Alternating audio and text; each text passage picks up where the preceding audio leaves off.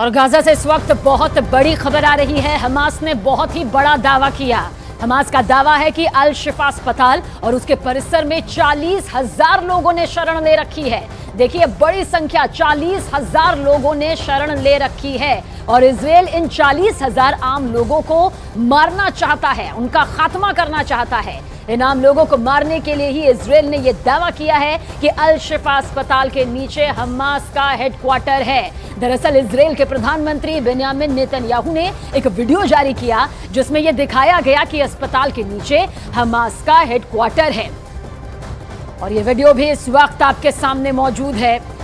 दरअसल Israel defence force का यह बड़ा दावा है कि उत्तर गाजा से लगभग 7 लाख लोग दक्षिण गाजा की तरफ जा चुके हैं, लेकिन करीब 3 लाख लोग अभी भी उत्तर गाजा में मौजूद हैं और हजारों लोगों ने इसी तरह अस्पतालों में शरण भी ले रखी है। देखिए इस वीडियो को, इस तस्वीर को बहुत ही गौर से आप देखिए। इसके जरिए आप समझ पाएंगे कि आखिर ये पूरा दावा क्या सामने आ रहा है। इजराइल ने उत्तर गाजा के दरअसल 10 से ज्यादा अस्पताल यहां पर खाली करवा दिए हैं। बेहद गौर से देखिए, ये जो पूरा इलाका आपको नजर आ रहा है दरअसल, लेकिन अल शिफा अस्पताल अब तक खाली नहीं किया गया है और हालांकि इजराइल की तरफ से पहले भी कई बार इस अस्पताल को खाली किए जाने का नोटिस दिया जा चुका है। और अब आगे बढ़ते हैं। अमेरिका के एक बहुत बड़े एक्शन से हम यहां पर इस खबर को लेंगे। दरअसल अमेरिका ने यह एक्शन हमास के सबसे बड़े हमदर्द ईरान के ठिकानों पर किया है। अमेरिका ने ईरान से जुड़े इस्लामिक रिवॉल्यूशनरी गार्ड कॉर्प्स के ठिकानों पर एयर स्ट्राइक कर इसे निस्त नाबूद कर दिया। दूसरी तरफ आतंकी संगठन हमास का हिमायती चीन का लड़ाकू विमान अमेरिका के विमान से भिड़ते भिड़ते बचा और इसी के साथ साथ हमास इजराइल महाजंग में रूस की भी अब एंट्री हो गई है। सवाल यह है कि क्या इजराइल हमास की यह जंग धीरे धीरे तीसरे विश्व युद्ध की तरफ बढ़ चला है?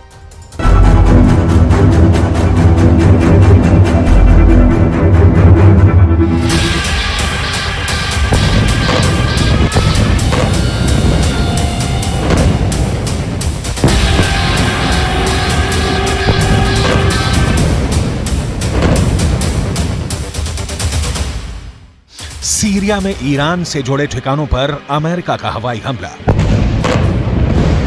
हमले के बाद एक साथ दो ठिकाने खाक में मिल गए।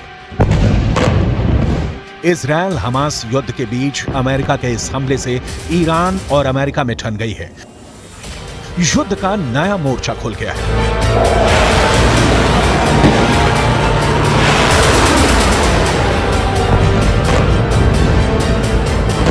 दक्षिण चीन सागर में चीन का लड़ाकू विमान अचानक अमेरिका के विशाल बॉम्बर के सामने आ गया। दोनों के बीच का फासला सिर्फ 10 फीट रह गया था। फिर क्या हुआ? क्या अमेरिका के बॉम्बर से भिड़ गया चीन का लड़ाकू विमान या दुम दबाकर भाग खड़ा हुआ? इसे आगे तफसील से बताएंगे और इस भिड़ंत का पूरा वीडियो भी दिखाएंगे। अभी बस इतना जान लीजिए कि ऐसा कर चीन ने एक बार फिर यह साबित कर दिया है कि वो अमेरिका से लड़ने को तैयार बैठा है। सवाल है, क्या अगर अमेरिका इजराइल के साथ जंग में कूदा तो चीन भी युद्ध में अमेरिका के खिलाफ कूद पड़ेगा? क्योंकि चीन की सेना का दावा है कि बस एक ऑर्डर आएगा और चीन के लड़ाकू विमान ऐसे ही अमेरिका के विमानों से टकराने निकल पड़ेंगे।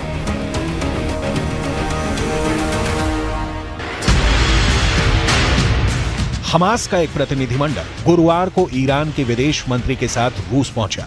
हमास का प्रतिनिधिमंडल ऐसे समय में मॉस्को का दौरा कर रहा है जब इजराइल गाजा पट्टी में हमास के ठिकानों को तबाह करने में लगा है। हमास की तरफ से रूस में हुई इस मीटिंग की तस्वीरें जारी की गई हैं। आगे पढ़ें। इससे पहले इस तस्वीर में दिख रहे लोगों को जान लीजिए। बाएं से पहले है बस्सेम नईम। नईम हमास के इंटरनेशनल रिलेशन हेड है। दूसरे हैं मिखाइल बोगदानोव। मिखाइल बोगदानोव ये रूस के उप विदेश मंत्री हैं। मिडिल ईस्ट में पुतिन के विशेष दूत हैं। तीसरे शख्स का नाम है मौसा अबू मरजौक। ये हमास पोलित ब्यूरो के वरिष्ठ सदस्य हैं। दावा किया जा रहा है कि इस मीटिंग को बहुत ही गंभीरता से लेने की जरूरत है क्योंकि यह नया गठबंधन अमेरिका के खिलाफ युद्ध का ब्लूप्रिंट तैयार कर सकता है।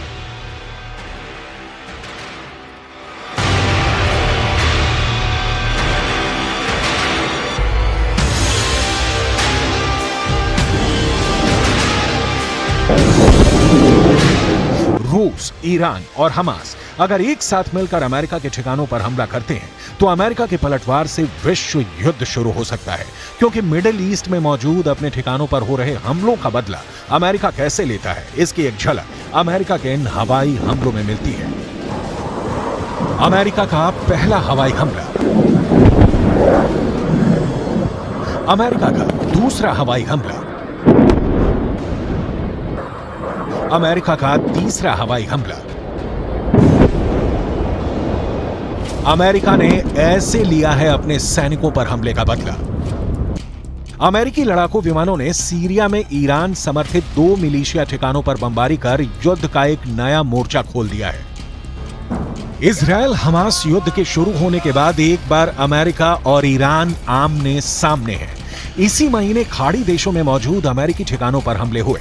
इन हमलों में अमेरिका के 24 सैनिक जख्मी हो गए, एक की जान चली गई। इसके बाद अमेरिका ने ऐसा पलटवार शुरू किया है जिसमें दुनिया को विश्व युद्ध के संकेत दिखाई दे रहे हैं।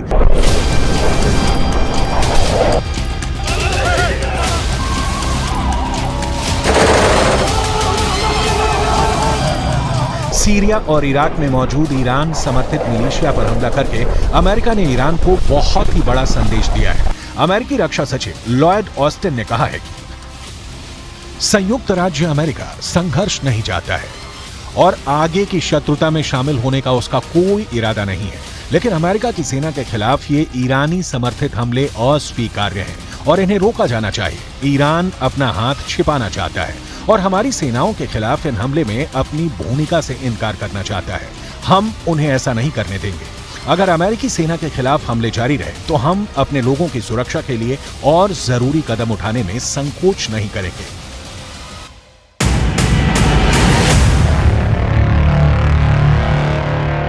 वरिष्ठ अमेरिकी सैन्य अधिकारियों के मुताबिक अमेरिका ने इस हमले को अपने 2 F-16 लड़ाकू विमानों से अंजाम दिया है।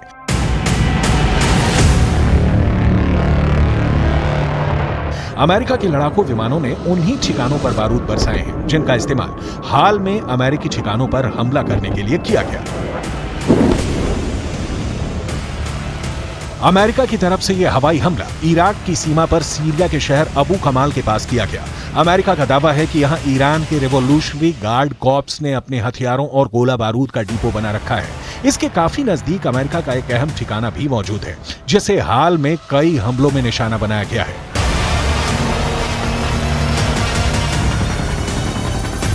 इजरायल हमास युद्ध के फैसले के बाद मिडिल ईस्ट में तैनात अमेरिकी सेना पर हमलों की वारदात बढ़ गई है। अगर अमेरिका मिडिल ईस्ट में ऐसे ही हवाई हमले पर उतर गया तो पूरा खाड़ी धधक उठेगा।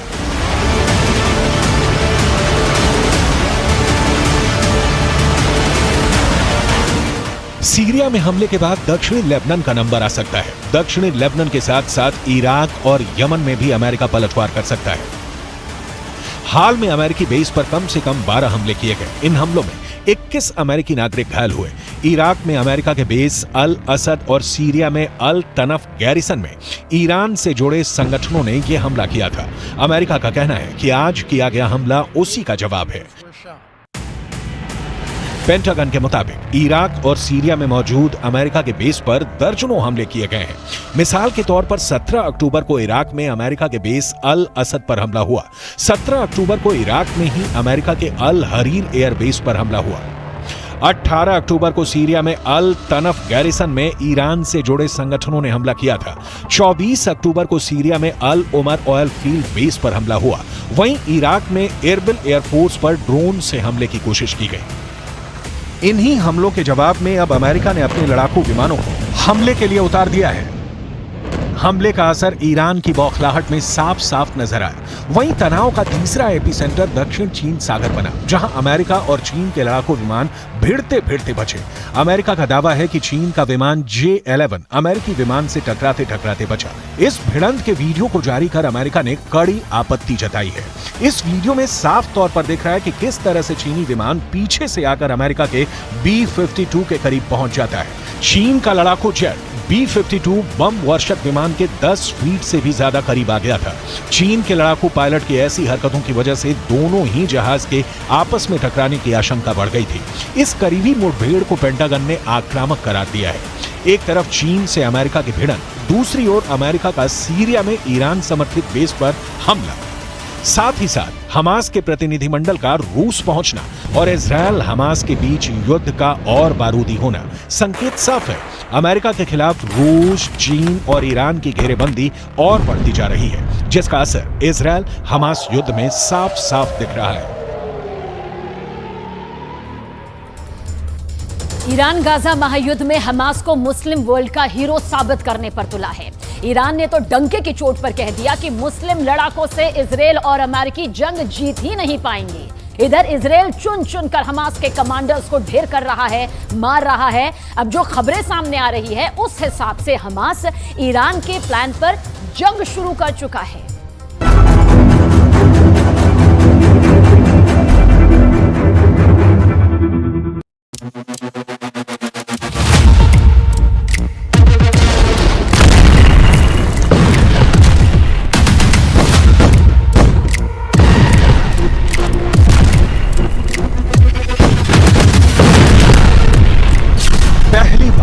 ईरान से हारेगा इजरायल।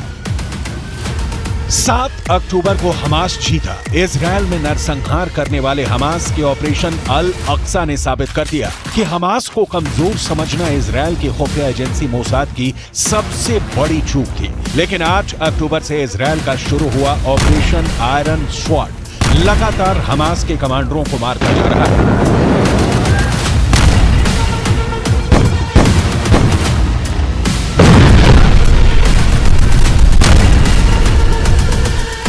गाजा पट्टी में ऐसा खून खराबा हो रहा है कि पूरी दुनिया सन्न है। यहां तक कि 22 मुस्लिम मुल्कों से बनी अरब लीग तक इजरायली हमलों को रोकने के लिए एड़ी चोटी का जोर लगा रही है। इधर ईरान अकेले अपने दम पर हमास को बचाने के लिए जुट गया है। रूस और चीन की शय पर ईरान ने हमास को ऐसे ऐसे रॉकेट और हथियार दे दिए हैं कि इजरायल भी गाजा पट्टी में जमीनी हमले करने से पहले 100 बार सोच रहा है।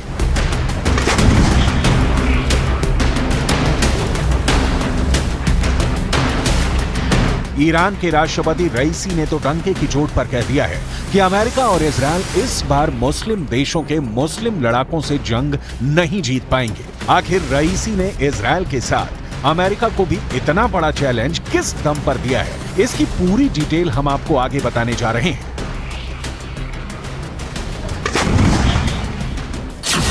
मुस्लिम लड़ाकों से नहीं जीत पाएगा इजरायल। गाजा युद्ध को ईरान इस्लाम के खिलाफ युद्ध साबित करने पर जुटा हुआ है। यही वजह है कि ईरान ने सऊदी अरब, मिस्र, लेबनान, जॉर्डन, इराक, सीरिया जैसे मुल्कों को ईरान युद्ध में झोंकने की कोशिश कर रहा है। खुफिया खबरों के मुताबिक लेबनान, हमास और हिजबुल्लाह के 2,55,465 लड़ाके इजरायल से आर पार की जंग करने जा रहे हैं। इजरायली सेना के खिलाफ हमास ने सुरंगों से भयानक मोर्चा खोल दिया है, जबकि लेबनान बॉर्डर की तरफ से हिजबुल्लाह ने उत्तरी दिशा से हमले बेहद तेज कर दिए हैं, जबकि सीरिया की तरफ से भी जंग शुरू हो चुकी है। अब इंतजार है सऊदी अरब, इराक और मिस्र किस तरह से इजरायल पर हमला करते हैं। फिलहाल हमास के हमलों के साथ सड़क पर फिलिस्तीनी और हमास समर्थक जमकर नारेबाजी और प्रदर्शन कर रहे हैं।